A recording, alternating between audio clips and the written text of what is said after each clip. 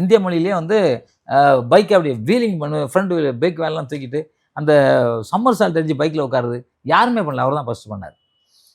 அது வந்து அப்போலாம் ரோப்பே கிடையாது சார். ரோப் என்னன்னா ரிஸ்க் சால்ட்டு. நாங்கள் வந்து வண்டி மூவ் ஆகும்போதே அப்படி அடிச்சு நான் உட்காந்து காமிச்சேன்.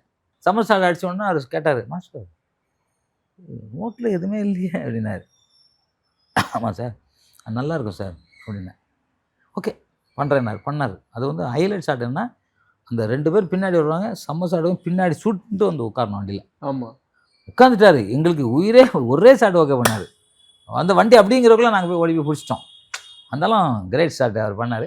அதுலேயே இன்னொரு ஷாட் வச்சுருந்தேன். அவன் வந்து வில்லன் வந்து குண்டு அடிவான். பெட்ரோல் எரிஞ்சிக்கிட்டு இருக்கோம். உள்ளே நுழைஞ்சு வரணும். முடிவு பண்ணிட்டேன்னு நினைக்கிறேன்ல நீங்கள் அப்படின்னாரு. எனக்கு என்ன அது இப்போ சொன்ன மாதிரி எனக்கு அது ஃபீல் இருக்கும். அப்புறம் நான் வந்து காமிச்சேன். பாருங்கள் சார் எனக்கு ஒன்றுமே இல்லை. ஆனால் உங்களுக்கு வேறு சொல்யூஷன்லாம் போடும். உங்களுக்கு ஒன்றுமே ஆகாது சார். அனல் கூட அடிக்காது.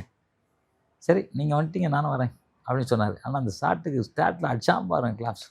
ஏன்னா அப்போ சிஜிலாம் கிடையாது. இப்போ தான் எல்லாம் செய்யும். அதனால் அதுலேருந்து அவர் ஆக்ஷன் ஹீரோ.